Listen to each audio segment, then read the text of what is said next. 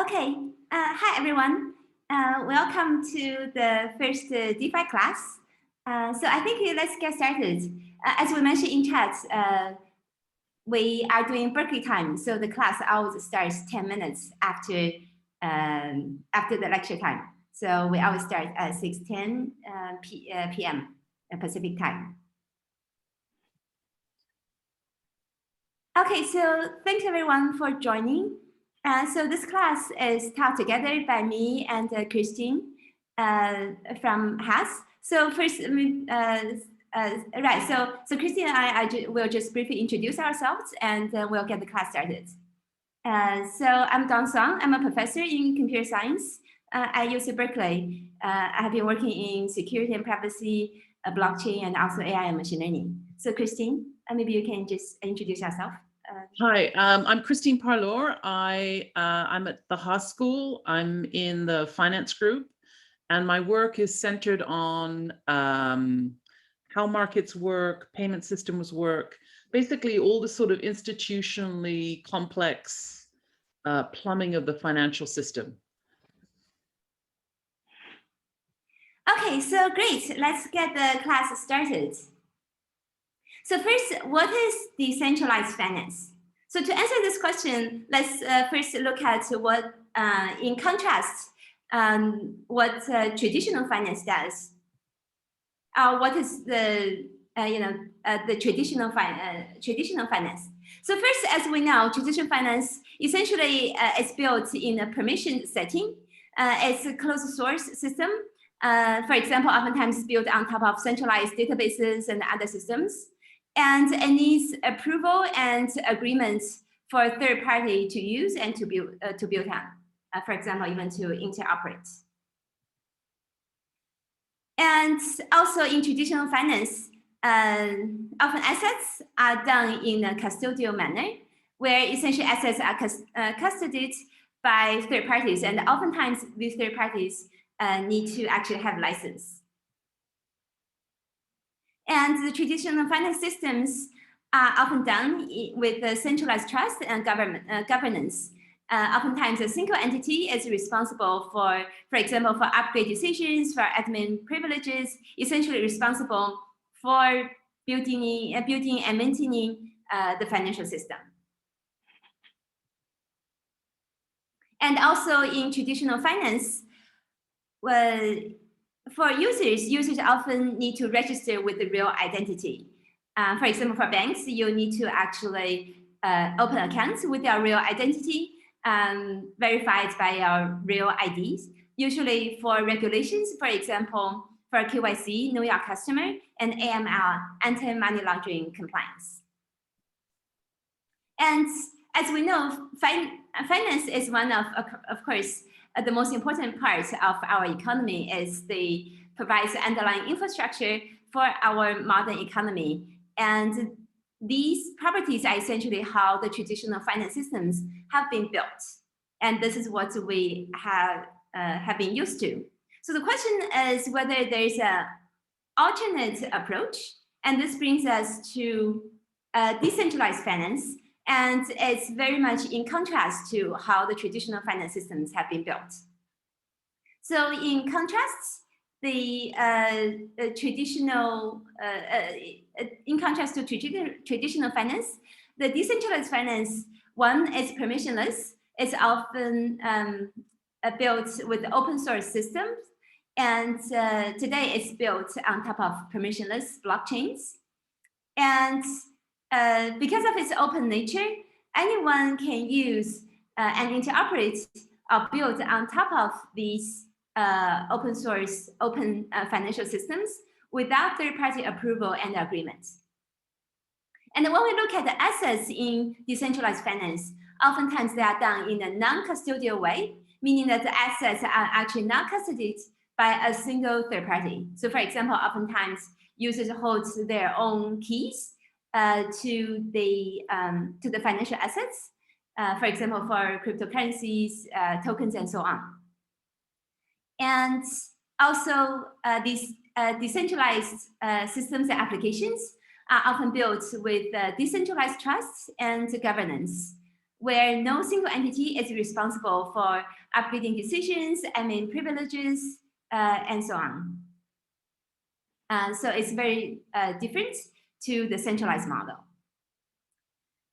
And also, oftentimes, users actually participate in these decentralized financial systems applications in a pseudonymous way, meaning that users usually do not actually provide real identities and so on in order to participate in these finance systems and applications.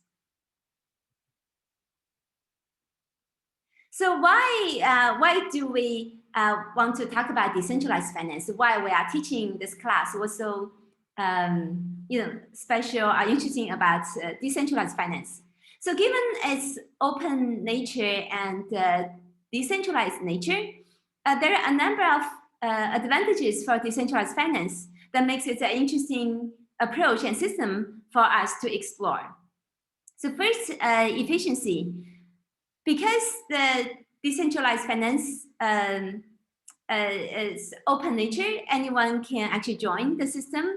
And so this essentially helps us to remove the rent-seeking intermediaries and hence can significantly enhance the efficiency of the overall finance systems.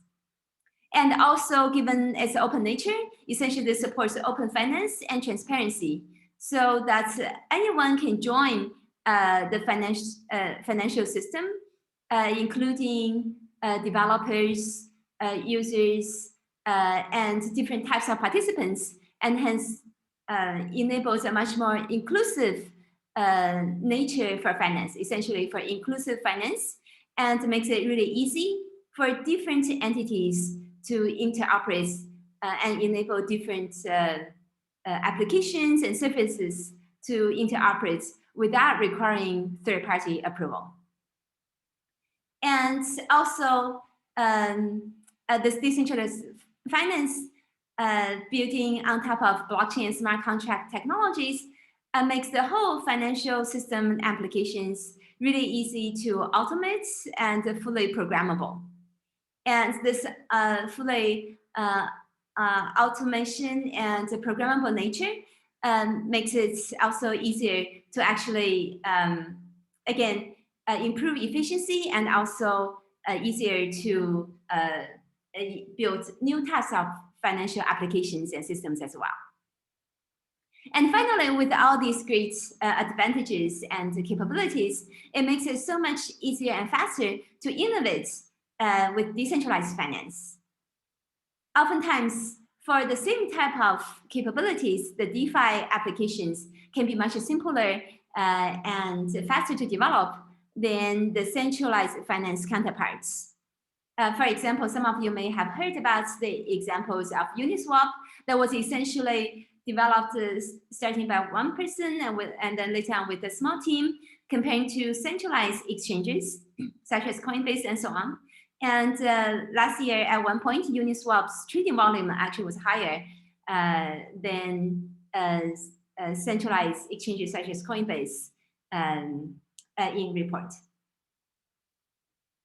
So these are great advantages and unique capabilities of decentralized finance. And given these advantages and unique capabilities, the area of DeFi has been growing rapidly. So for example, currently, one metric that's often used to measure the scale of DeFi, which is total value locked in these DeFi applications, essentially measuring the size of assets that have been locked in these DeFi applications. This metric, TVL, total value locked, has been growing rapidly over the recent years, and currently it's over 40 billion in USD. Professor, could you elaborate on what the y-axis is and how it's computed? Oh, right. So the y-axis here is the total value locked. And how is that computed? Like, could you give an example of how you would compute that? Oh, so so we actually don't compute that. So there are various reports that essentially, again, as I mentioned, measuring in the later part of this semester, we will also talk about the different types of DeFi applications, and there are different statistics collected, essentially measuring the different types of assets, the crypto assets that have been locked in these. Essentially, you can view it as being deposited or locked in these different DeFi applications. Sounds good, thanks. Mm-hmm.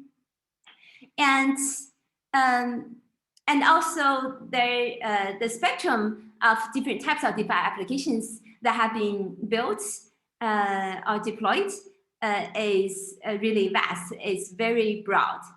Essentially, for any financial applications or services that you can think of in the centralized manner in CeFi, now essentially you can find the decentralized version, the decentralized counterparts, providing similar financial services and applications in the decentralized manner. And the list is actually very long. Here are just a few examples. And of course, the power of DeFi is not just to replicate what has been built in CeFi. The power of the DeFi is more about how this new approach can enable new types of financial services and applications to be built. So far is some motivation why we want to talk about DeFi, what is different in DeFi. So now let me just quickly give a brief overview of the class. So first I wanted to, okay, so the goal of the class is to explore open research questions in DeFi. And in particular, we want to actually take a systematic approach looking at each financial function. We want to investigate both the CeFi and DeFi options and compare the two. We want to answer the question, is either one of these optimal? And if not, how we can improve them. And in particular, we want to evaluate both through the lens of computer science and finance. And there are many important questions for us to investigate. For example, is the application computable? Is it for efficiency, for decidability? Is it programmable? Can be automated? Is the application welfare enhancing and stable? Now causing a systemic risk? And how do the new and old systems interact?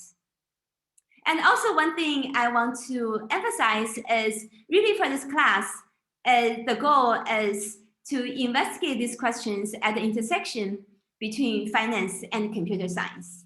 And that's how this class is organized as well, both from the teaching staff as well as in terms of the student audience.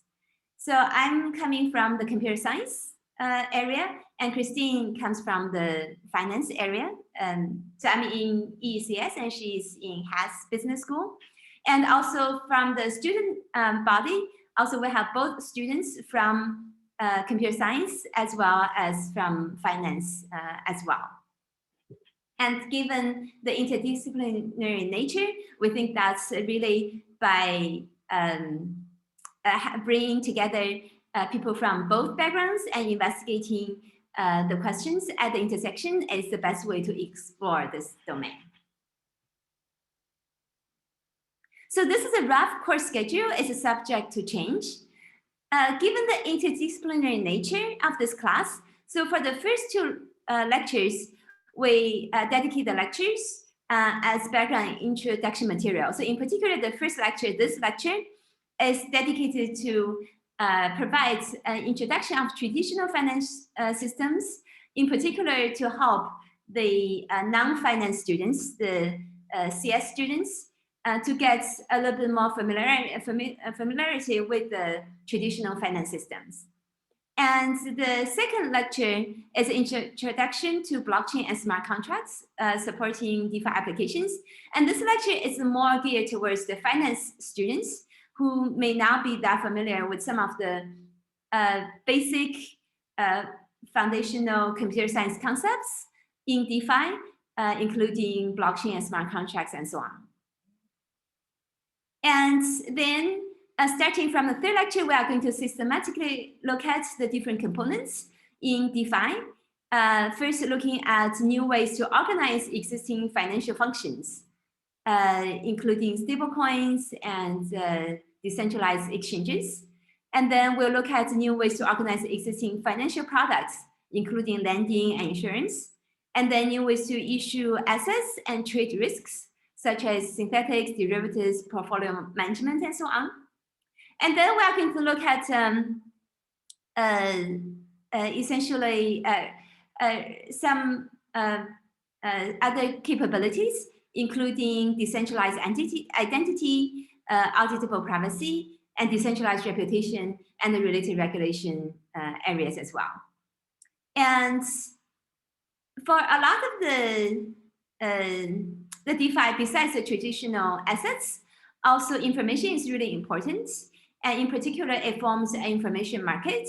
So here we are going to look at different types of information markets, including oracles, prediction markets, data markets, and so on. And there are actually many more topics that we want to cover in this class. But however, given time limits, so this class is a Spring B format, so it's only half semester long. Depending on time availability and so on, so we may offer some bonus lectures, for example, covering security issues and countermeasures in DeFi and so on. And again, the course schedule is subject to change.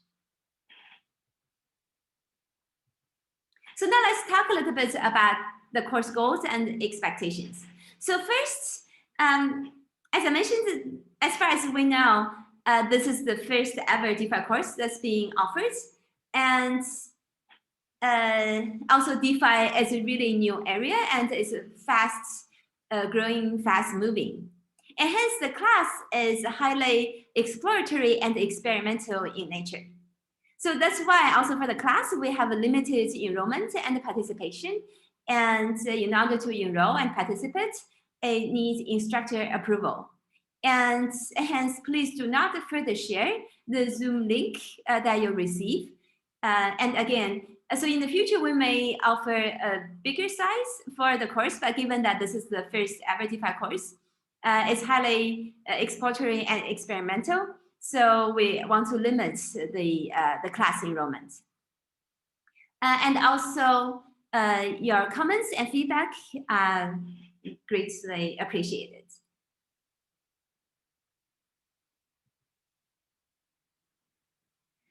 And the goal of the class is to identify open research questions and foster research projects in DeFi and also at the intersection of computer science and finance.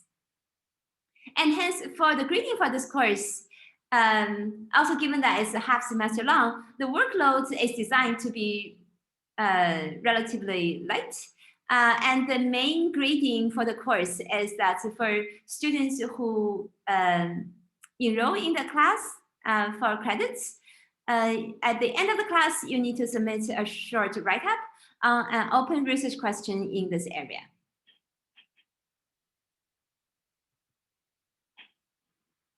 So that's essentially the overview of the class. And now we are going to start the main part of this lecture for providing an introduction to traditional finance by Christine. And also, if you have questions, please feel free to write it in chat.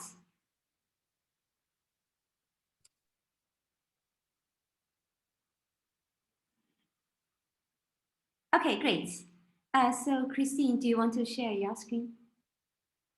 I think you might have to stop sharing yours. I see. Okay, so let me see. Oh, maybe I can override you. Okay,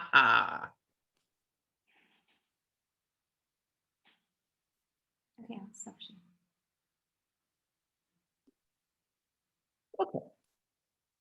And also, I wanted to briefly mention that so for people who participate in the Zoom lecture, we have students from Berkeley, but also there are some people who are outside of Berkeley that we who are interested in the area, and many of the people who are outside of Berkeley who participate actually have a lot of experience in the DeFi space already, and that's why I also mentioned that we really greatly appreciate your feedback and comments. And also, if you have additional suggestions in terms of topics and papers to cover in the class, please do let us know. Thank you.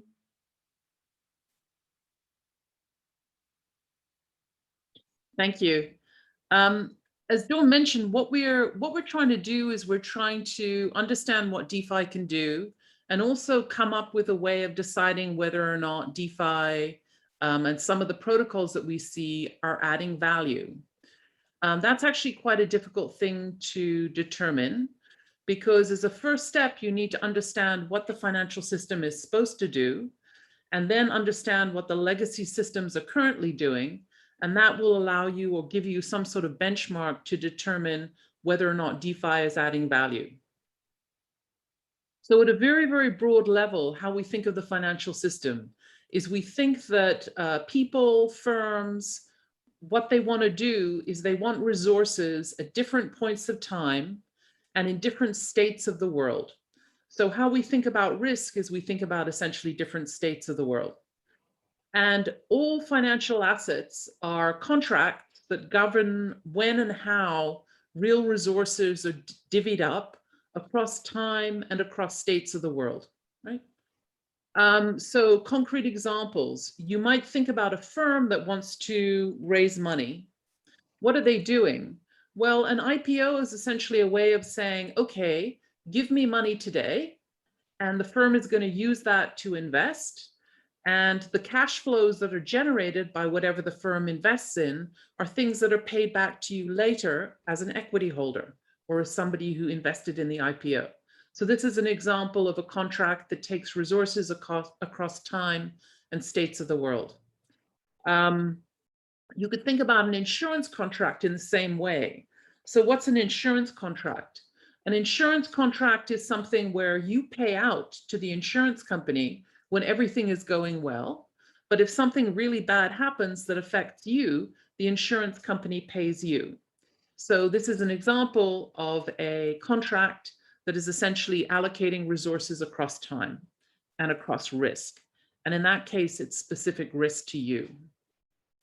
So when we talk about the financial system as a thing, essentially we're just talking about how these contracts are issued and exchanged, and and how the system is organized. And typically in the legacy system, there are two main players. There are banks and financial institutions, and then there are financial markets. There are very interesting economic questions about why firms exist and what the boundaries of a firm is. When do you want to have a firm and when do you want to have a market? Typically, we think that the reason why you have a firm as opposed to a market for everything is that it's expensive sometimes to set up markets, and it can be inefficient. It's more efficient for everything to be organized within one particular location. So all the markets are sort of internal, and a firm is sort of a boundary around those. So that's sort of how we think about it. But these are the two sort of very, very big players. One thing that's particular to any kind of financial institution that you see or organization that you see is that over the years, there have been successive layers of regulation piled on top, both of institutions and financial markets. And this means that a lot of the activities that you see that they engage in are not perhaps fundamentally economic activities or the most optimal way to do things, but they're activities that have come about, or they're characteristics of the market that have come about just because people are reacting to regulation. And this is kind of important to keep in mind when we move to DeFi. We don't necessarily want to be in a world where we just replicate everything that's being done in decentralized, because some of the things that are being done in decentralized are the result of regulations and other frictions that are not necessarily fundamental to the way we'd want to organize an efficient economic system. Okay. So if you want to sort of talk about an efficient economic system, you need to have a way of defining what efficient is, what good is, or whatever your word you're using. How do you rank institutions, markets, or anything? How do you want to think about them? So you need to have some sort of general benchmark for what a good system is. And I use the word efficiency, welfare enhancing. I'll use those sort of synonymously. This is actually a difficult question, but it's important to keep in mind that you need to have an answer to that. You need to know what you think this institution or this new format should do. In order to figure out whether or not this DeFi thing or new format is adding value or is good, you really need to understand how the legacy system works, because all these comparisons are, of course, going to be relative, right? The other thing that's extremely important to figure out in evaluating decentralized finance is whether or not any of the automated or programmable finance introduces risk into the system that doesn't exist in legacy systems or is well understood in legacy systems and has been carefully regulated around. So to some extent, I've never seen anyone do a comprehensive discussion about risks that have been introduced by DeFi, but at some point, this is a conversation that everyone should have. Okay, so just a quick statement about economic view of welfare. This is a hideously complicated area of economics, perhaps overly complicated. But roughly speaking, essentially, you want to know, you want to think about a mechanism, or you want to find the design of a system that does a couple of things. You want resources to be allocated to their most productive use, because that's essentially going to make the economy grow, and we think that more is better. We want to make sure that the people who have the highest value to goods and services essentially are allocated those goods and services, or they have access to those goods and services. So essentially, we want the person who values something the most to get it, or to have a market or have a mechanism in place where that can happen. It's got to be the case that people participate willingly in the system. This is something that we call, we just want people to be happy to participate. They view it as being in their best interests. And finally, in particular to finance and financial systems, we think that the cumulative actions of individuals participating in the financial market generate valuable information that other people use to allocate resources and to make decisions. Given that markets play this extremely important role of generating information, we'd like any sort of decentralized system to also produce information. We don't want information to be lost. So what I'm going to do is sort of a benchmark, is I'm going to run through step by step the mechanics and the desire, if you will, of different entities to trade equities. So by equities, I mean stocks, right? And we're going to think about the person who wants to trade. We're going to think about the intermediaries they go through. We're going to think about how trade happens and how you measure whether or not the trade is successful or costly. And we're going to think a little bit about custody and central clearing. And hopefully all the way through, some of the sort of basic economic concepts and, let's face it, jargon that's going to come up again and again will make more sense, and it'll be sort of clear in the context of what is going to be an extended example. Okay. So first of all, who participates in the financial system? We broadly think that there are two parties who are trading in the financial system. We think retail investors and households. When we think about retail investors and households, we're thinking about little people, you and I. These are risk averse. They do not like to be exposed to risk. That means that they'd like a sure consumption stream over an uncertain consumption stream. And the reason why they participate in financial markets is either because they want to hedge risk, or they essentially want to increase their wealth, but they want to do it in a way that doesn't expose them to a huge amount of risk.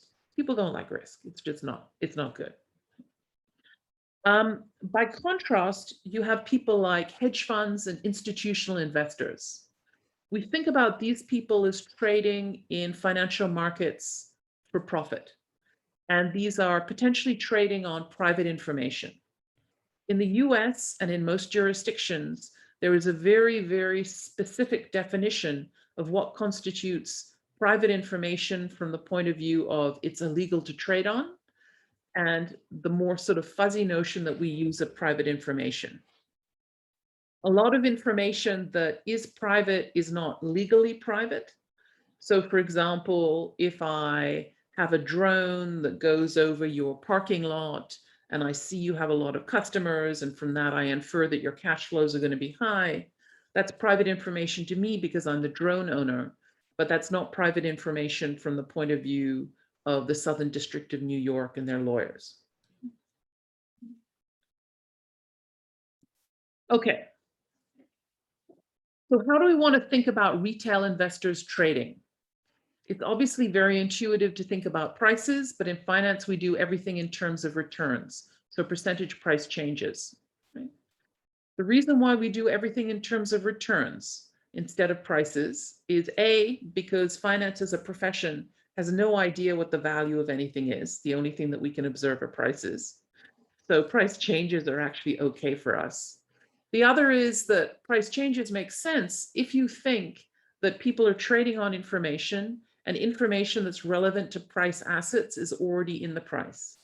In this case, price changes, which essentially are going to happen because more information is coming into the market, are fundamentally unpredictable because we don't know what hasn't been, we don't know it's the known unknowns or whatever that stuff was. Information that we don't know is not predictable to us at this point in time.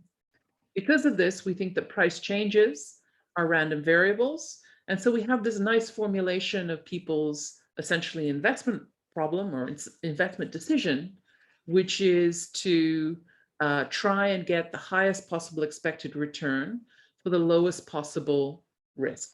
And usually, or one of the ways that we define risk is standard deviation of returns.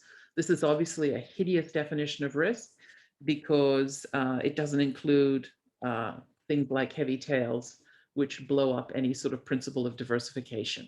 Anyway, one of the ideas that comes about from this idea of retail investors who are trying to get the highest possible expected return from the lowest possible measure of risk is that if they have access to a financial market, they can trade in a broad swath of assets.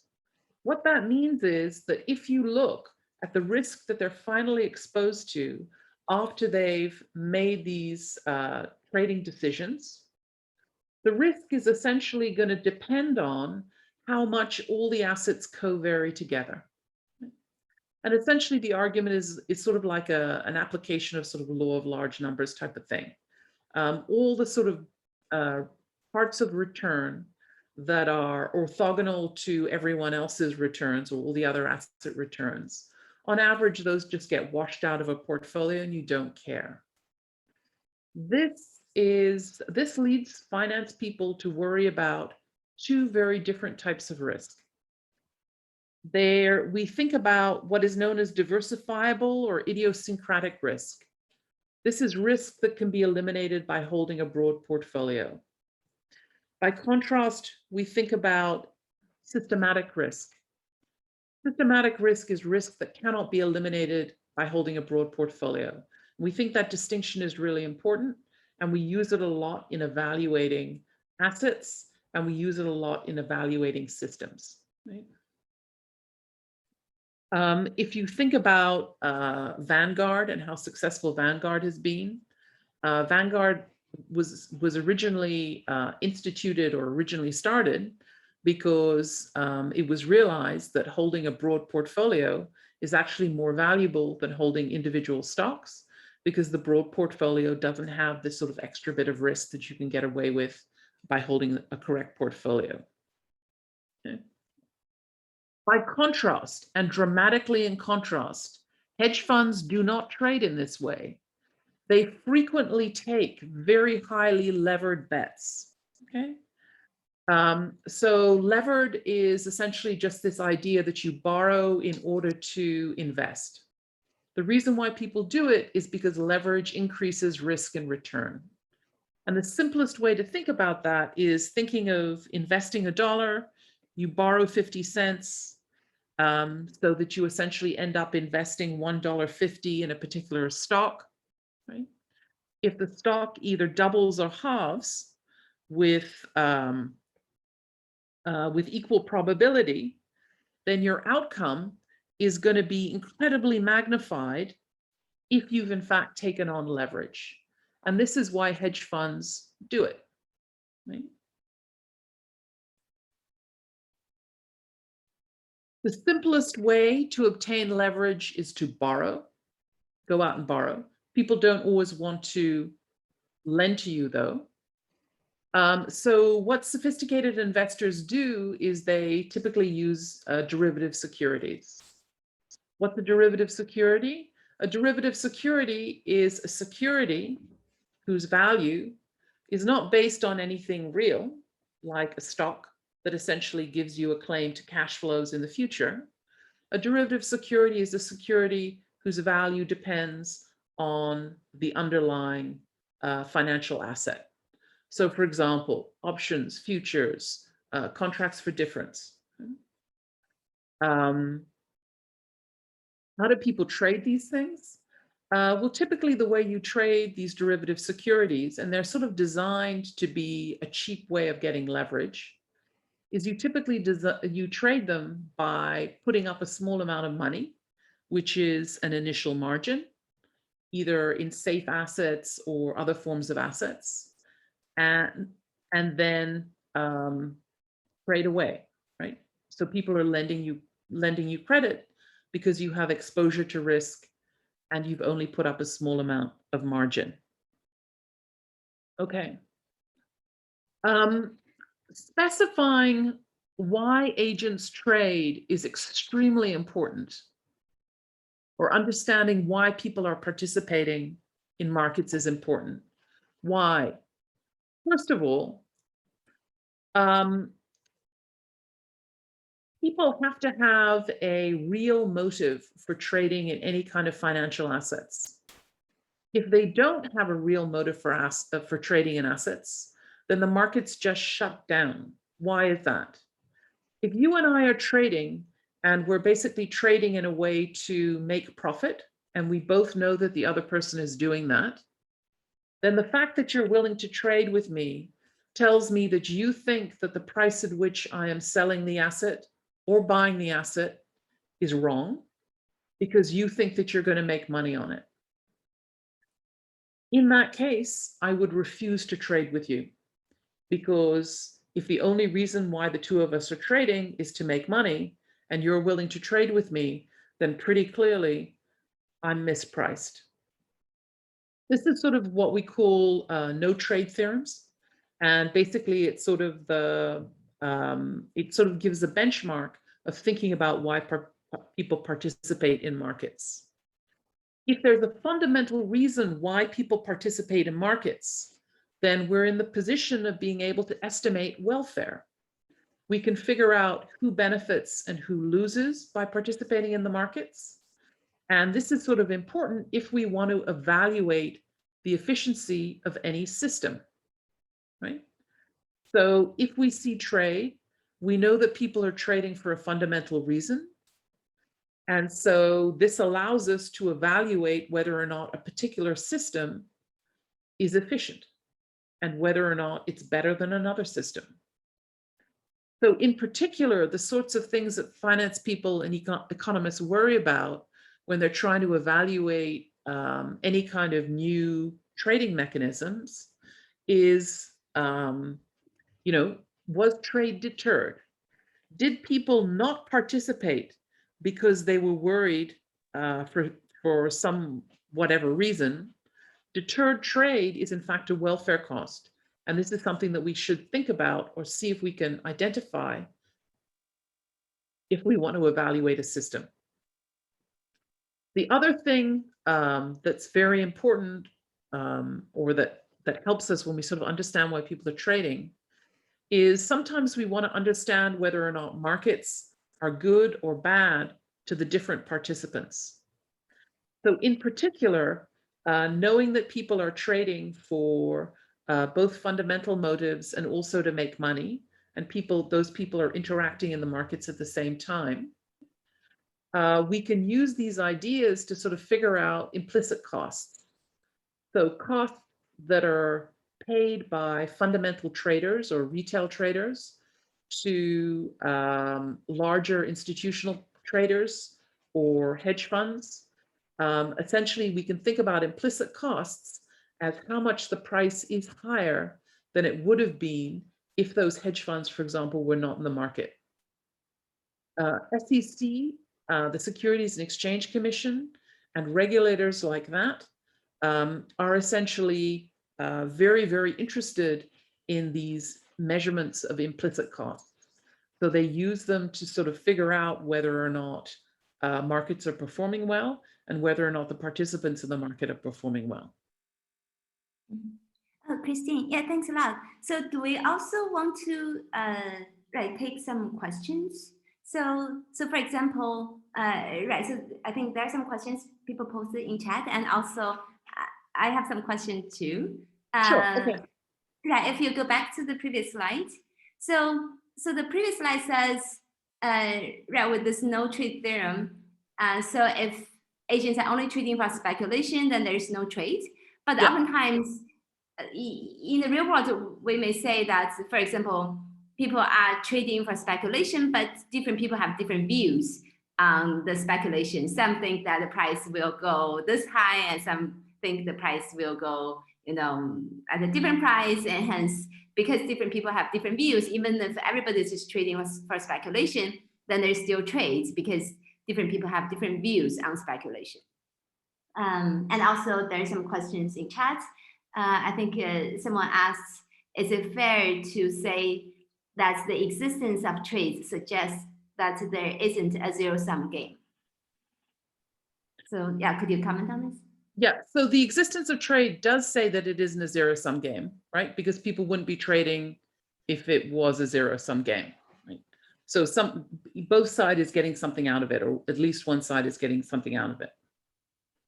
In terms of the differences in belief, the no trade theorems actually come from an idea that if people have common priors of the different possible states of the world, we cannot have different posteriors. Right? Mm-hmm. And the event that we're updating on is the fact that you think that trade is valuable. Mm-hmm. So essentially, if you just sort of start off from oh, you're willing to trade, so I guess we've got different views. Why do we have different views? So if we have different views, then you must have thought about the fact that I think the price is going to go up, but then you decided that in fact it was not going to go up that much, right? So you can sort of go through these iterations where people come to the same posterior if you start off from common priors, and basically people will refuse to trade. I see. Yeah, thanks.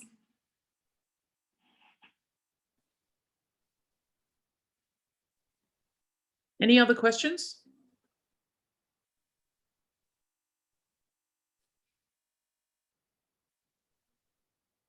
Yeah, I had a question. So I put this in chat, but I think I didn't phrase it super well. I was just wondering about how we assess welfare and if it varies between like a centralized and a decentralized system. I think we want to use the same measures of welfare across both. To some extent, how you, no, I think we want to use the same measures across both. Measuring welfare is very, very tricky. Differences in welfare is probably easier to measure, right? So if the number of people who participate in one versus the other is different, for example.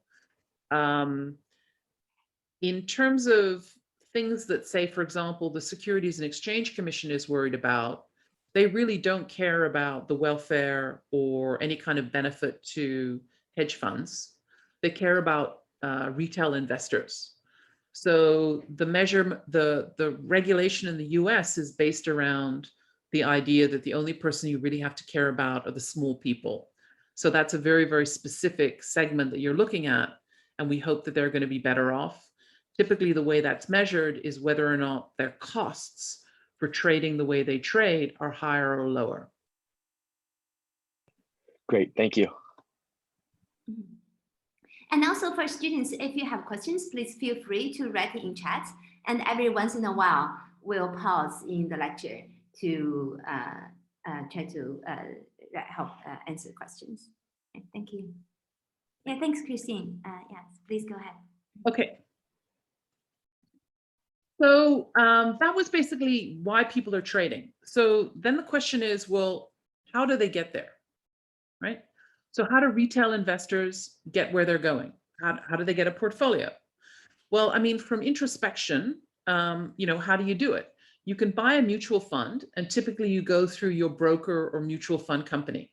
This is expensive. You're going to pay fees. If you go through a broker or mutual fund company, basically your trade at some point does actually get to the market. Why? Because you buy a mutual fund from a broker or company, and they basically go out and they buy shares, and but they do it at the institutional level, and they pass costs back on to you. Okay? The other way that people can buy well-diversified portfolios is essentially to buy an exchange-traded fund. And this was sort of a security design innovation where portfolios of existing stocks are traded as just a sort of a separate asset on their own. So how would you do that? Well, you'd go through a broker that allows you to access the market. So Schwab or Robinhood, right? My favorite that I love to hate. So how do ETFs come into being? Essentially, large institutions there again go out and they buy and sell securities, and they put them into these creation units or redemption units. You can think of them as essentially putting them into a trust. And then they sell claims on that trust to you, and that's your exchange traded fund. But essentially, you have a security now that tracks the market. And some of these institutions are really, really big. Dawn at the beginning talked about the size of DeFi. Compare it to BlackRock. So BlackRock is based in San Francisco, and they have a lot of USD assets under management. Right? DeFi is growing. They're not, obviously the growth rate is not as high, but I mean, these are behemoths. They are huge. Right? The other way to for retail investors to get access to something like a well-diversified portfolio is to go out and buy shares by yourself, right? And so there again, you'd go through your broker, either Schwab, Robinhood, or whatever it happens to be. And if you do that, then you pay market access fees, or you pay implied market structure fees. So it's pretty costly. What about hedge funds or institutional investors? They are not buying mutual funds or ETFs or anything like this, right? Well, some institutional investors, so people like Goldman Sachs, they have direct access to markets. They have they've got direct wires. So these are broker dealers. They sort of make markets, and they're permanently in the markets, if you will. Okay. Other institutional investors who are really, really big, like the Norwegian Sovereign Wealth Fund. As you know, Norway has a huge amount of oil. And so the country is sitting on massive amounts of money. They have a huge sovereign wealth fund. And they hire broker dealers to access markets.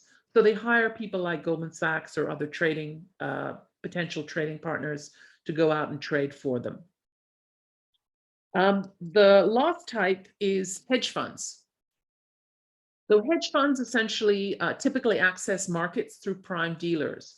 You can think about prime dealers as essentially being Schwab for hedge funds.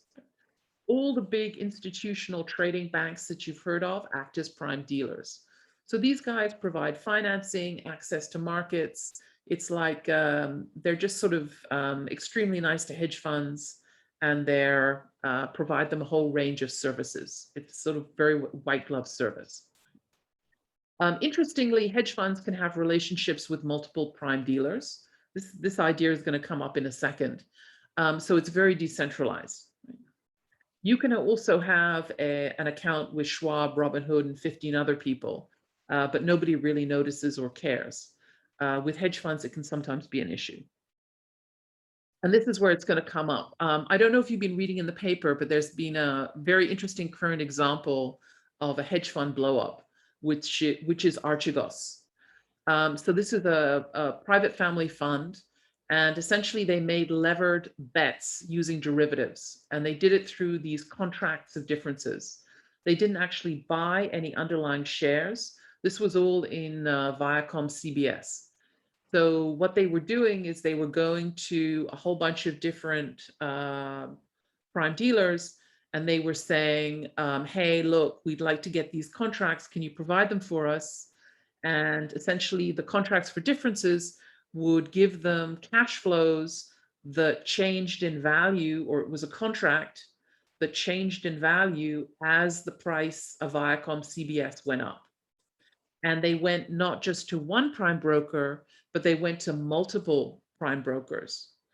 What happened is, as the price got high, it kept on going up. So that was great. They were making money. And at some point, it got so high that Viacom CBS said, oh, hey, we're going to issue more equity because the price is so high. And it started to crash. He got lots of margin calls, or the hedge fund got lots of margin calls. And it turns out that the particular hedge fund had exactly the same position in pretty large size across multiple different prime brokers. And the numbers that are floating around are, he had a portfolio that had a value of about 100 billion. When all the margin calls came in, essentially all these different prime brokers simultaneously started to sell the underlying securities that they'd held as a hedge. Price crashed, and they're facing lots and lots of losses. So as high as about $10 billion. So this is the largest trading collapse since Lehman Brothers. And as you all, some of you might have remembered, Lehman Brothers was pretty nasty. What's sort of interesting about this is it gives us a sort of an idea about what we call systemic risk. So these are events that affect multiple different financial institutions at the same time. When Lehman collapsed and all the markets seized up, the panic was, well, if all the capital markets seize up, firms that say, for example, go to capital markets to borrow money to fund working capital. What is working capital? It's basically the money that they use to, say, pay wages. If they couldn't do that because the markets had essentially shut down, everyone withdrew, then you have almost societal collapse. So systemic risk is something that regulators worry a lot about, and I think everyone should worry a lot about. So one of the things that's really important to identify in DeFi is, is there a thread that, if pulled on, will result in collapse of not just one platform or venue, but multiple, and will it have knock-on effects? So this is something that really have to be thought through carefully. Questions up to this point?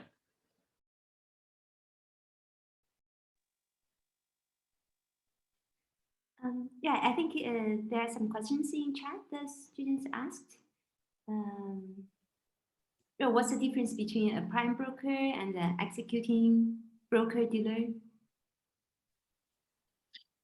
For example. So a prime broker is typically the name that you give to somebody who provides services to hedge funds and to other traders, right? Broker dealers, we just think, is sort of a general regulatory definition that refers to people who take money, act on behalf of other clients, and participate in markets. So these are all members of what is known as FINRA, which is there's essentially licensed market participants. Another question from the students: is there no regulation that prevents Archegos from holding this position with multiple prime brokers? So the regulation basically says if you go out and buy Viacom CBS and you get more than X% of the shares, say 5%, then essentially what you have to do is you have to let everyone know. And the regulation is designed to prevent sort of stealth takeovers of things. But going out and essentially having private contracts with Goldman Sachs, Nomura, whatever you want, Credit Suisse, Deutsche, no. As a result of this Archegos, I think there's going to be a discussion about how it was possible that one company and one relatively small hedge fund got such a massive levered position without anyone knowing it. So at the moment, this is not regulated and there's no information sharing. It's because it's completely decentralized, the prime brokerage system. Can I add one more quick question? Please.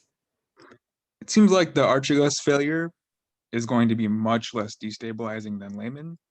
Is that just because the magnitudes are smaller, or is there a deeper reason?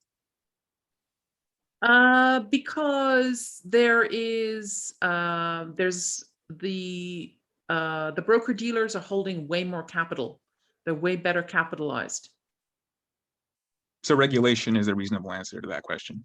That's right. Yeah. Yeah. Thank you. Sorry, one question I asked in chat. So a bunch of slides alluded to hedge funds having access to private legal information, and that might be a difference between retail investors and hedge funds. Could you give examples of what kind of information they hold that allows, for instance, HFT? I understood you until the last bit about HFT. Could you ask the question a different way? So I'm trying to ask if particular pieces of information they have access to that retail investors don't, that allow not just buying some stock over a period of years, but it allows them to do high frequency trading. Sure.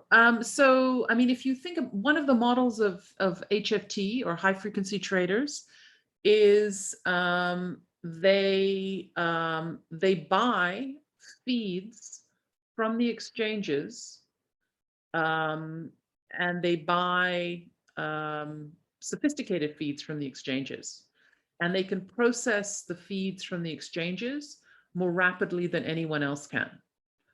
So you at home basically may or may not see a pattern in the data, a pattern in the intraday prices, but they can see it and they trade on it.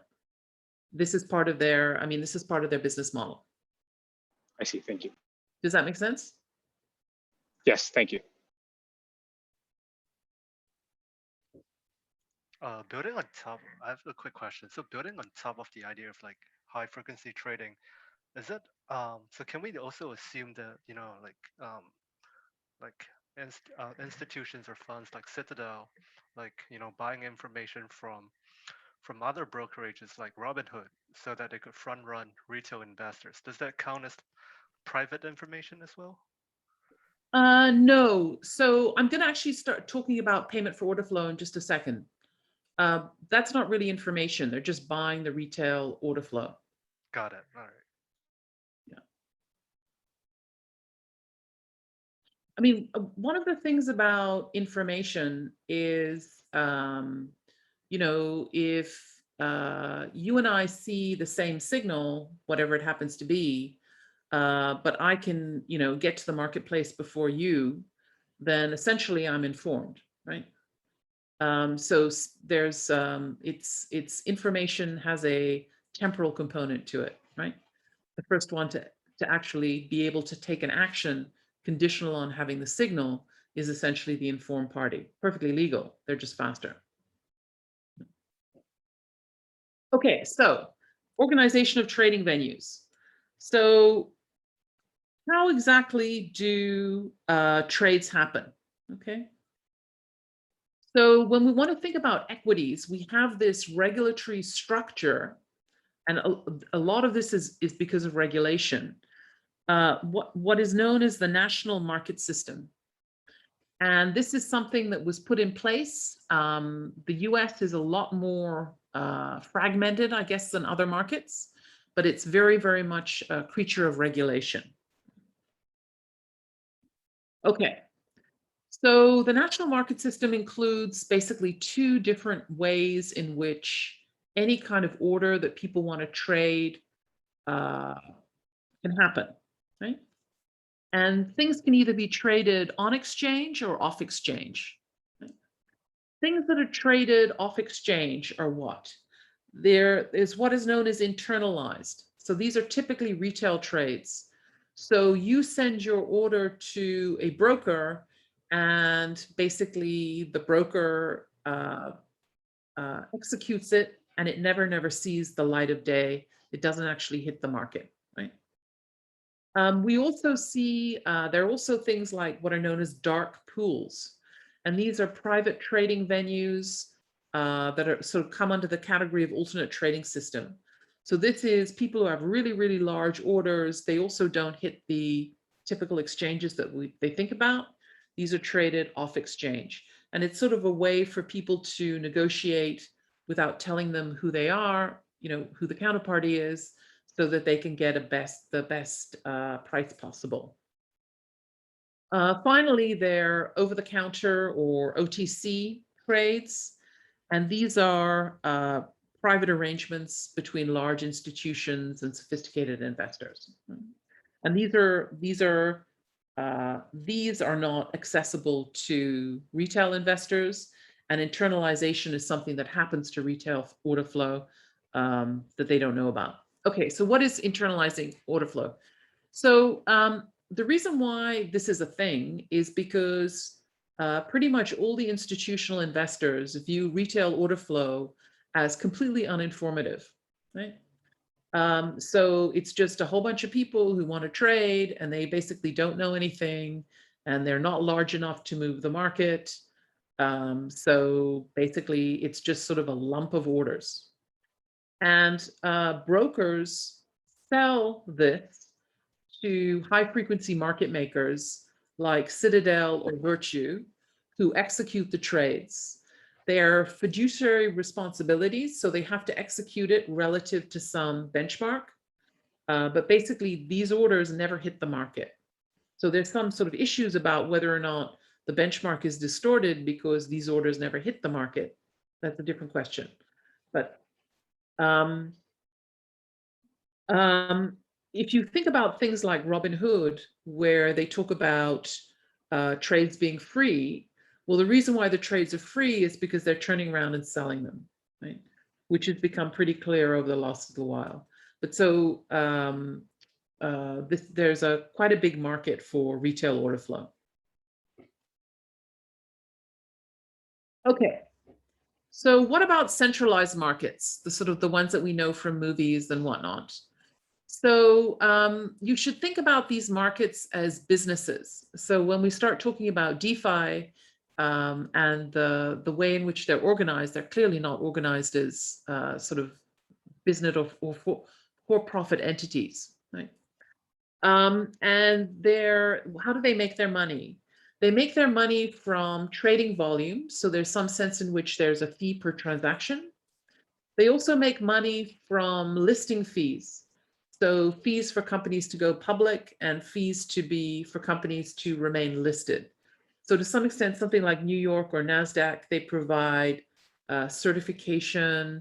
They provide, it's sort of a, oh, I'm listed on NASDAQ. I'm willing to pay for that. So that's sort of a source of revenue. The other source of revenue that these markets have is they sell information about the transactions that happen on their markets. So they sell the information in different ways and in different granularity. So, Bloomberg, for example, is basically funded by, or all the information comes from the markets and they pay for it. They also sell information about market conditions, high frequency market conditions, to hedge funds that use it for trading strategies. So why do we have all these different markets in the US? Where does all this come from? Basically, this is what is known as, it's under sort of a regulatory umbrella called the National Market System. And the whole idea was, well, competition's good. So let's have lots of different competing venues, and competition is going to improve outcomes, because with competition, we think that people will innovate and so forth, so on and so forth. An implication, of course, of this is that the markets are extremely fragmented. There are lots of different competing markets, and traders compete across markets as well, because there are lots of different markets. I don't think you would have an environment in which you have HFTs if you didn't have fragmented markets, or you'd have way less if you didn't have fragmented markets. The complexity of the order routing rules and the complexity of the market system essentially is amenable to analysis by algorithm. And the minute you have something amenable to analysis by an algorithm, that's when speed becomes something that's valuable. So to some extent, this is the rise of HFT is very much a feature of regulation, if you will. So how many venues are there? So this is from a couple of years ago. Basically, there's a whole bunch of exchanges. This is a technical legal definition, an exchange. There are these alternate trading systems, and there's a whole bunch of OTC venues. So there are a lot of different places in which trades happen. Right? To give you some idea about what competition looks like across the different markets, this gives you some, this is a FINRA document or FINRA calculation that looks at New York listed stocks and compares market share over time, okay? So over time, the percentage of market share in New York's NYSE listed stocks for the New York Stock Exchange has basically plunged. And this is just because everything is being traded everywhere. There are unlisted trading privileges, so you can trade stocks that are listed on New York and NASDAQ and et cetera. And so it's just, there are a lot of different trading venues, very, very fragmented, okay? So how do they compete? This, in sort of economics, we call this basically product differentiation. So they try and be slightly different, more attractive to different types of investors or traders. They do a whole bunch of funky things. They have very specific fee structures. So they give rebates or they charge fees to different types of traders, right? This is a relatively large source of revenue, right? They charge access fees to the market.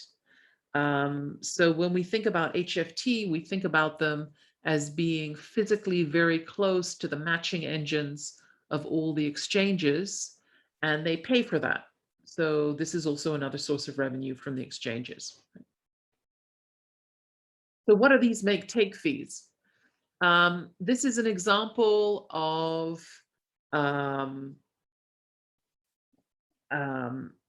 sort of a strange outgrowth of the desire of different trading venues to compete and to look attractive to different types of traders. The idea here is that markets look better if there are more orders sitting around, right? In order to incentivize people to sort of sit around to post orders, they give them a rebate. They pay them money in the event that somebody else takes another side of the transaction. In order to recover funds from the rebates that they hand out, they also charge fees to people who access the market and basically take away some of that posted liquidity. These fees are not public. Fees and rebates are not public. They depend on the order size. They depend on the relationship between the brokers who are trading in the market and how much volume they've traded over the last little while. Essentially, what this does is it means you and I see a price of a specific security on one of the exchanges. This is not a price that people are actually accessing, right? Just because there are all these sort of layers of fees and other sorts of institutional frictions on top of it. So this gives you some information on make-take fees and net fees for New York stock, NYSE listed stocks, okay, from September 2020. And essentially, there are two sides to this.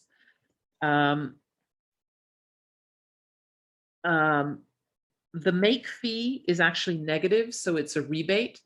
These are the people who are sitting around posting orders, right? The take fee is positive, and these are people who are removing orders from the system. It's perhaps a little bit difficult to see from these just to sort of compare the colored lines, but the exchanges make a huge amount of money on these. So these are fees per share, and they're sub pennies per share, absolutely. But the number of shares that the exchanges process per day are sufficiently high that they're making tens of millions on these net fees. Right? Okay. So these net fees are also one of the sort of things that have incentivized high frequency traders. A lot of high frequency traders make their money by posting orders and essentially hitting the markets right before slower orders come in. Right? So HFTs are just, by construction, they're just very quick, right?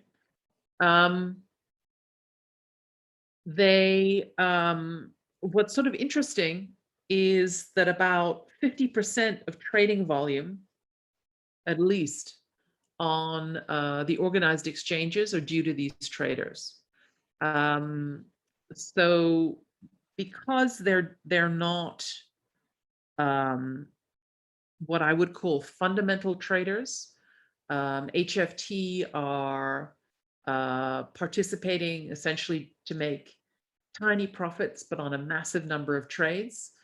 essentially that says that the volume of trade that we see in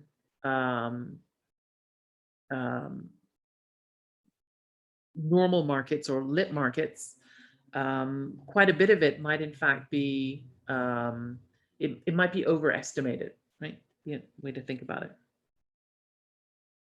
Do we want to think that the existence of these HFTs makes sense? Is it socially efficient? Well, there's been a massive infrastructure that could well be socially wasteful, where they sort of invest in all these systems.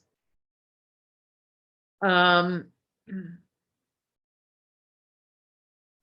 one of the potential costs, certainly from the retail trader's point of view, is that speed allows what I would call manipulative trading strategies.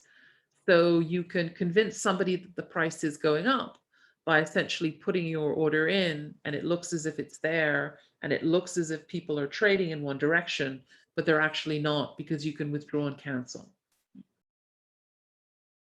The other side of the argument is that the social benefit that the HFT provide is they essentially, because they're trading partially, some of them are trading for arbitrage regions, for arbitrage profits, to remove arbitrage profits. That means that markets are more informationally efficient.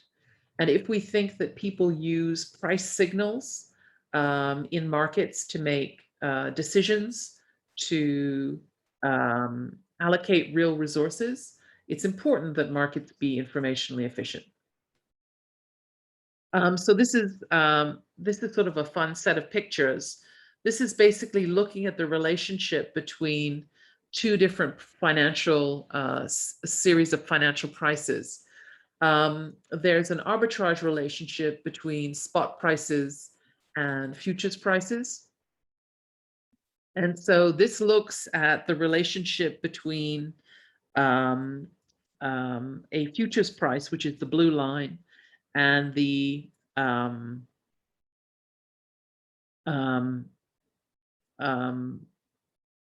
green line, which are these two different price series. The one is traded in New York, the other is traded in Chicago, right? So if you look at that over the day, they're close. If you look at that over the hour, they're also pretty much coincident, right? If you look at them over the minute, the prices are pretty much in line, right?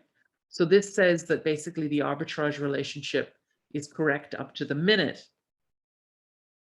If you look at them up to the millisecond, so in increments of 250 milliseconds, then you can see what exactly people are trading on. So this essentially says that the existence of these traders are driving prices towards fundamental values or removing arbitrage opportunities so that prices are correct in increments of 250 milliseconds. A question becomes whether or not that's something that we want socially, whether or not that's a good thing or a bad thing. Clearly, knowing that prices are informationally efficient is a good thing, but up to 250 milliseconds, maybe that's just a little bit too precise. But that's sort of a judgment call. Okay. So where have we got? If you know, markets are cheap to access, and they allow natural buyers and sellers to interact, then that's going to be a good thing. That's going to increase social welfare because trade is going to be consummated efficiently. Right? Also, we want markets to aggregate information, and that we want them to provide a useful signal to the economy. So both of these things are going to be important when we think about whether or not markets make sense or add value. Okay. Okay, so let me think a little bit about how these markets work. This is going to be useful when we think about some of the decentralized exchanges, but it's useful to think about how the centralized exchanges are actually designed. Most centralized exchanges and also big fixed income markets, they're organized as electronic limit order markets. Some markets have additional features like a trader of last resort, but this is fundamentally how they operate. And these markets have two different types of orders. Limit orders, these are posted orders, and they specify a price and a quantity to trade. Market orders are just orders that specify a quantity and a trade direction. Limit orders accumulate in what is known as a limit order book, and they're canceled.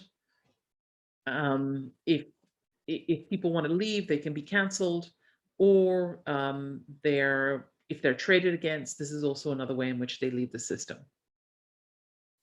So just to give you some sense of how a limit order book works, and there's going to be some terminology here that's going to be useful when we think about other markets. Right? Typically, we think about there being a bid and an ask. Ask and bid are two different sides of the market. So over time, people come in and they post orders. In this example, I have prices that are in increments of $1. There are going to be some people who are willing to sell, right? So the people who are willing to sell, I basically indicate that with positive quantities. People who are willing to buy, I indicate that with negative quantities. So the lowest price at which somebody is willing to sell is the ask. The highest price at which somebody is willing to buy is the bid. The difference between them is known as the spread. So ask price, bid price, spread. The minimum price increment is known as a tick. This is one of the sort of important design tools in markets. So what happens? Let's suppose that somebody comes in and wants to buy 1,000 shares. That gets introduced into the system, and basically the amount at the ask price goes down. Right? What happens if somebody wants to buy more than 1,000 shares? So 2,500, what happens? Well, basically 2,000 enter the market and they execute against the existing ask. 500 then enter the market and they basically execute at a worse price. So somebody is buying at a higher price. The introduction of this order has two effects. One, it increases the spread, okay? And two, the ask shifts up from its previous quantity of 48, price of 48, to a price of 49. Right? So let me do here. Oops. Okay. How does the price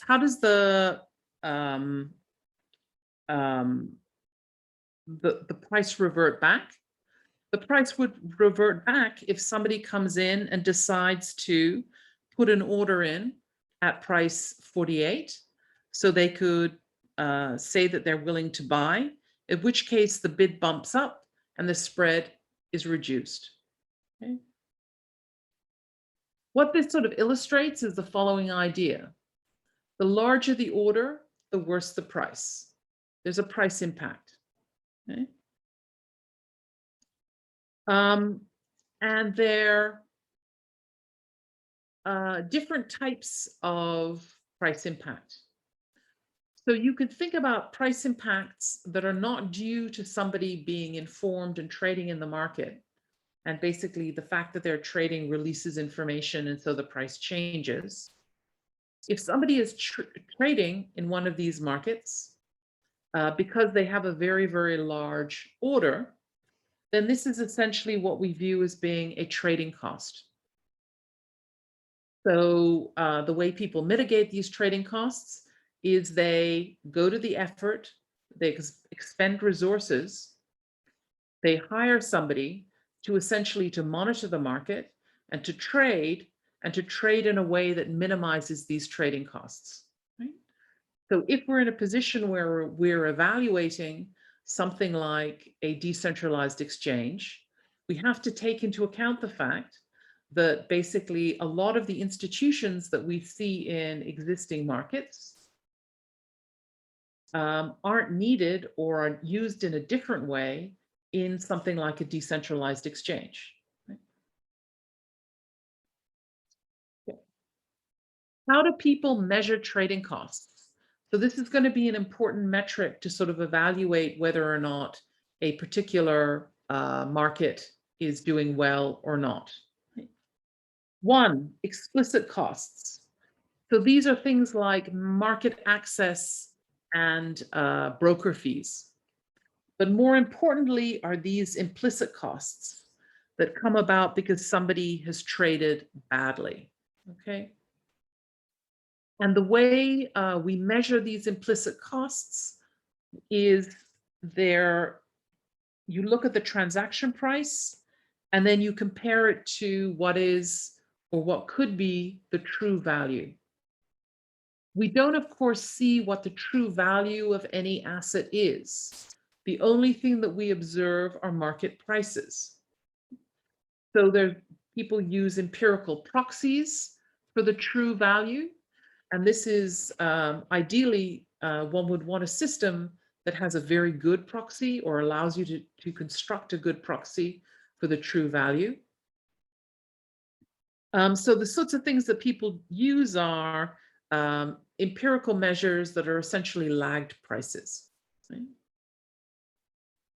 Okay. Questions?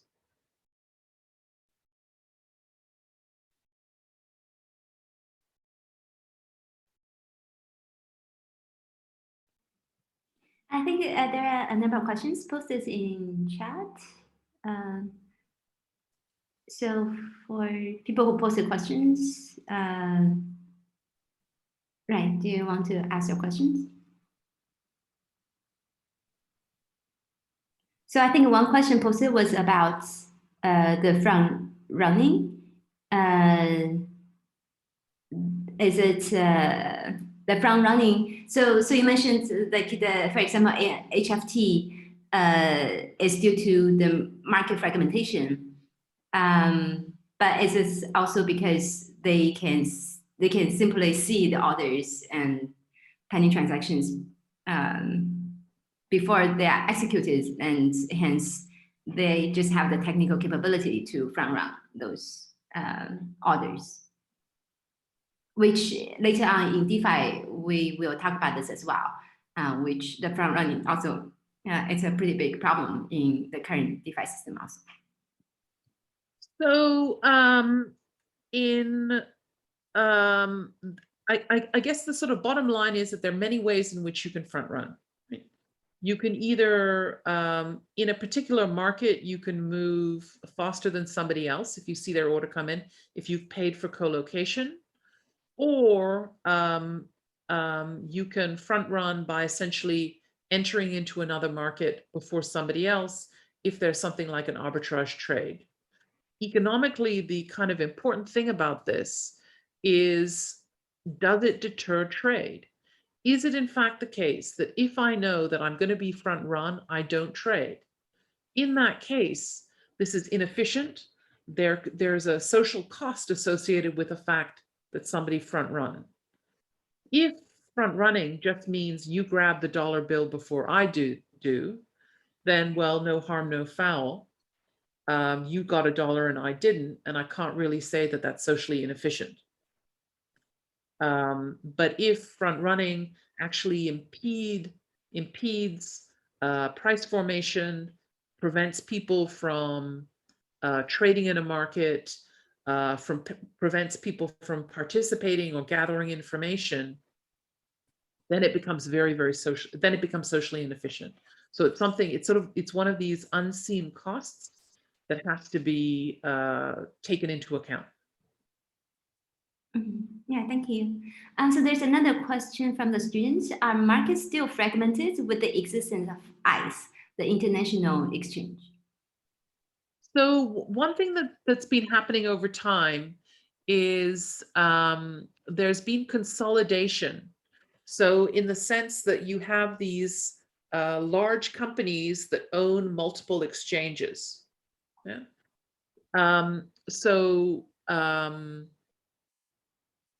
You can think of ICE as essentially being an example of a company that's consolidating. It's true that while the ownership structure becomes relatively more consolidated, there's still a whole bunch of different market centers, all of which have different rules, different regulations, and essentially are part of this sort of complex market system.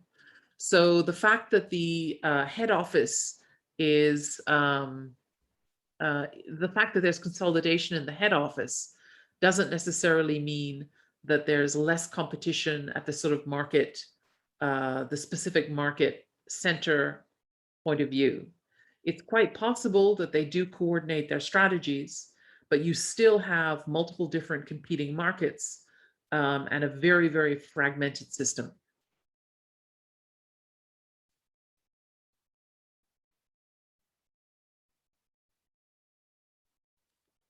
Okay. Let me sort of touch a little bit on clearing and settlement. So this is sort of the last part, and it's when people talk about blockchain, digital assets, this is something that potentially is going to be a big game changer. Okay, so what does post-trade happen? You go out, you want to make a trade, what happens? Equity settlement happens 2 days after the trade occurs. This is known as T+2, right? There are perpetual discussions about reducing the length of time that it takes to settle, clear and settle trades, but currently it's T+2, right? In the US, the way clearing and settlement works is it is organized through the Depository Trust and Clearing Corporation, or the DTCC. In the US, there's one person who clears and settles. In Europe, they're competing vendors. So you can have, and the clearing and the settlement is associated with the exchange. So you can have different, there's certainly different structures that you can have. And what the DTCC does is it organizes 2 separate central clearing counterparties. And what these do is they take on counterparty credit risk for clearing and settlement. What that says is that they stand in if one side of the party fails, right? So how do these central counterparties work? At the beginning of the day, each participant is charged some initial margin that's based on trading volume and the dollar value thereof. Margins are placed in a pool, and that provides insurance against one party failing. The whole idea is that if one party goes down, then basically the trades can be completed and the pool can be used to make people whole. Over the course of the day, trades are netted, right? So instead of sort of gross, it's netted. So they're sort of added up and aggregated. And margins can be increased if one side is very unbalanced. People view this sort of system as being more efficient because the trades can be netted instead of there having to be sort of gross flows. if there were gross flows, then the argument would be that you'd have to essentially put up more collateral, right?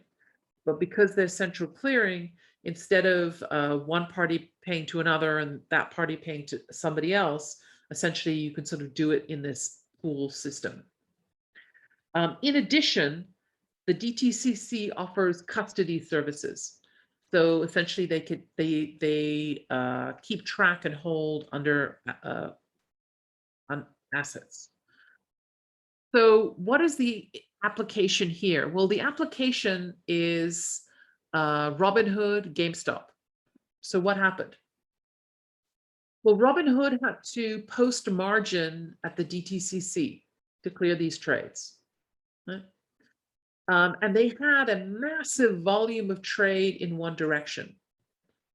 And effectively, they were called on to post more margin, and they couldn't borrow enough. People thought they were going to go down. And at that point, they had to stop processing trades until essentially the existing ones cleared, and then they could start again. Okay.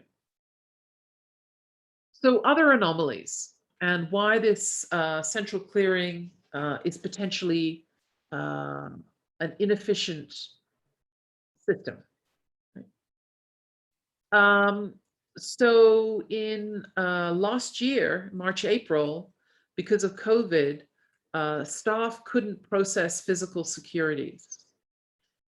So a lot of securities are actually digital, they've been digitized, but there's some people who still have physical securities that represent ownership in the underlying firm.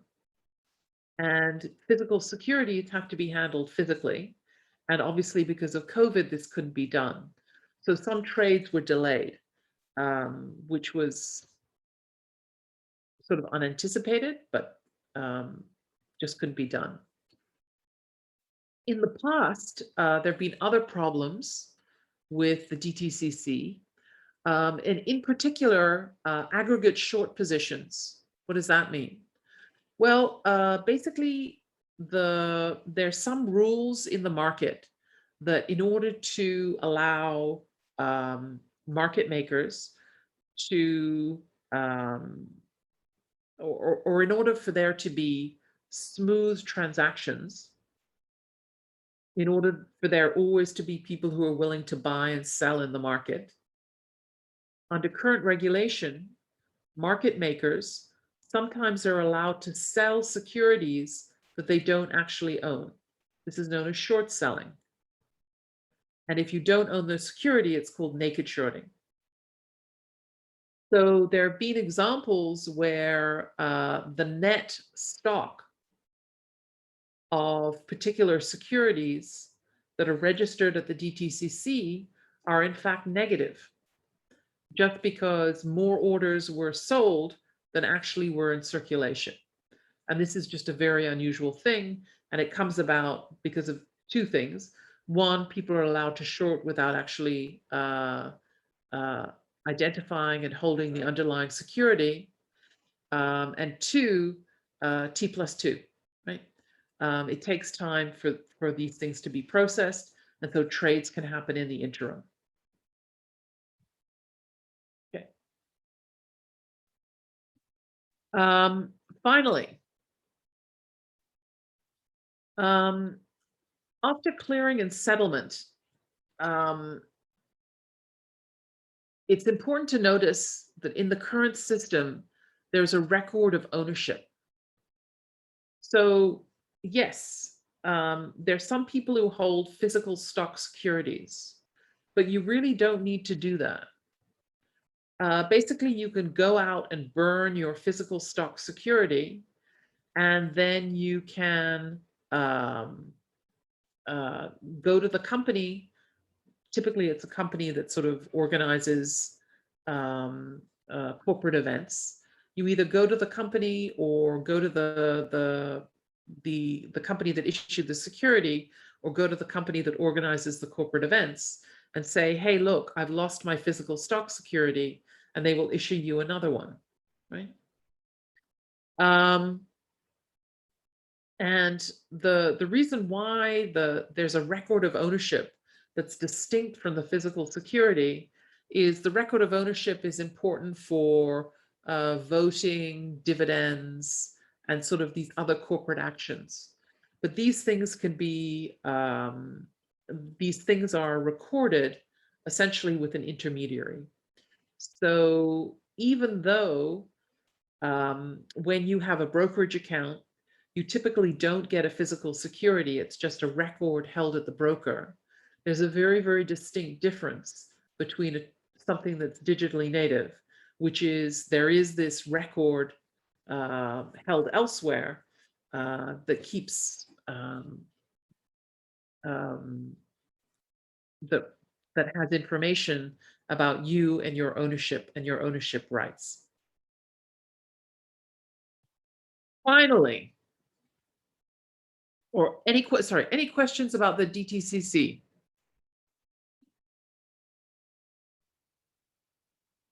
So thanks. One question, is DTCC a nonprofit organization or it's a for-profit entity? It's a, it is not for profit. It is, I don't think it's a registered nonprofit, but it is not for profit. Is this T+2 system applicable to other countries also? There, different countries and different securities have different T+, right? All countries have, I know of no, or let me say this, I know of no country that has instantaneous settlement on securities. And also, does this T+2 system also makes it easier for some of these traders or market makers to essentially do their operations? So for example, if they're doing naked shorting and then they can maybe buy back the stock once the price goes down and everything happens within T+2. So, and also like during the intraday, even if they don't have that much money, they can still trade the stock and so on. So it's yeah, I think more efficient for them. Yeah, no, I think you're absolutely right. I mean, but one thing that's a little bit difficult to understand is whether or not they could still perform these actions under a different environment. So pretty much all their trading activity is optimized given that we're in this T+2 system. And it's not clear whether or not there would be an efficient or a different way of trading if we were in a different system. So that would be my only caveat. Mm-hmm. And then is there any fundamental reason why it has to be T+2 currently? Because of technical reasons or something, or like they ask for other reasons? So to some extent, this is a historical thing. It used to be T+5, I think, and over time it's gone down. And I think the reason why there was a time lag is because you know, there used to be physical securities. So somebody had to go check the name, write out the new one, and it just took time to do the clearing and settlement. Right. And so part of it is just sort of legacy. But once people had this sort of legacy system, then a lot of regulation and legal things were done around the fact that it's T+2.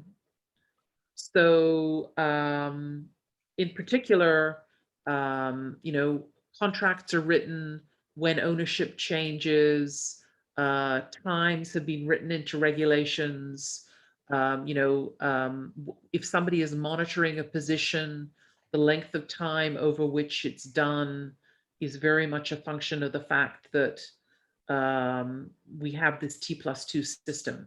So every time you have a historical characteristic, the sort of regulatory and legal stuff gets piled on top to the point where it it's sort of difficult to take out one piece without everything collapsing, if that makes sense.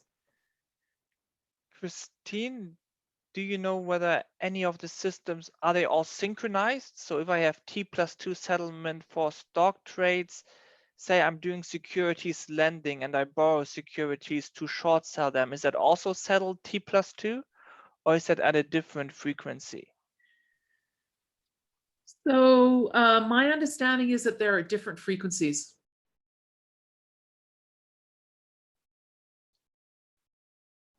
Has anyone simulated what would happen if you suddenly just made everything instantaneous? Like, would there be new sorts of instruments that would immediately spontaneously come up because of that?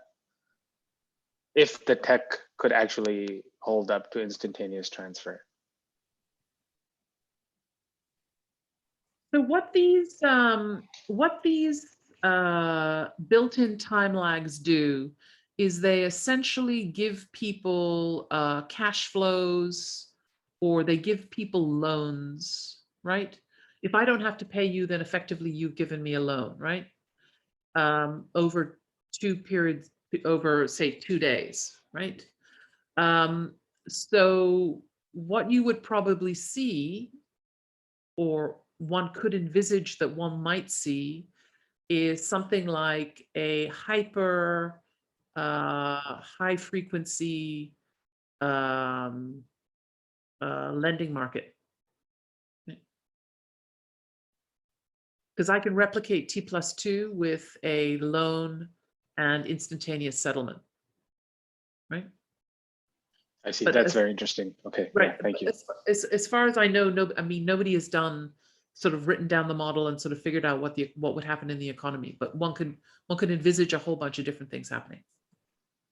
Right. Thank you. Yeah. Okay. So let me just sort of touch on something that we don't talk about that much, but I just find fascinating, which is payment systems. The payment systems in the US are really expensive. So they're very old estimates, and they're very difficult to get comprehensive estimates. So something like 3% of GDP is burnt processing payments. And you know, depending on what you're paying for, some things are more expensive to pay for than others, and that's got to distort consumption and investment in a very particular way. Right? So one of the big discussions now in central banks is how do we reduce the cost of processing payments? And you know, we talk about how large things are.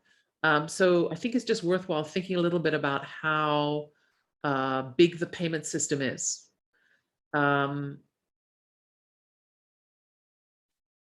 So in the US, there's a whole bunch of different payment systems, and some of them are net, some of them are gross, and you know, they operate under different rules and regulations, but they're really, really massive. So CHIPS, which is one of the sort of systems that's not that big, it's sort of a bank consortium. It settles on average $1 trillion a day, right? And all these things are understood to be and are systemically important under the Dodd-Frank Act, Financial Stability Oversight Council, because you know, we think that trading equities is sort of interesting and it's large. We think that trading bonds is interesting, it's large. We think that insurance is interesting, it's large. There's a cash leg to every single financial instrument that you can think of. And that cash leg goes through the payment system. So the payment system is just, it's bigger than anything, or it is by definition as big as all the other financial assets put together, right? So that's sort of my last thought, unless anyone has any more questions. I have a question. Thank you for the lecture. Well, first question is, where would you suggest is a good place to learn more about some of the topics you touched on today? And then the second question I had, which might be a naive question, is I guess sort of what is the relationship between these clearinghouses and commercial and or federal banks, and is there a clear line between what the liquidity in these markets, where they lie, like whether they're in M1 or M2 supply? I'm just not sure if I have a clear understanding where these assets lie in that regard. So when you say the clearing, you mean in the payment system? Not in the payment system, in the DTCC. Yeah. And so forth. So the DTCC is it records ownership, right? So financial transactions, the cash flows don't occur there. They just require receipt that the cash flows have actually been transferred. If that makes sense. Okay.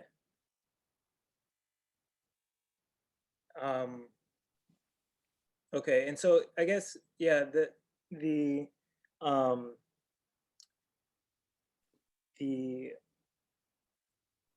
so when I'm thinking, so I'm coming from more of the computer science and blockchain side of things, and so when you look at like automated market makers, where people just come to the to the market with their own tokens and trade that way, versus trading with stocks, is there a clear way to trace down like where the funds originate and in that manner, or is it kind of, does it get blurry at some point?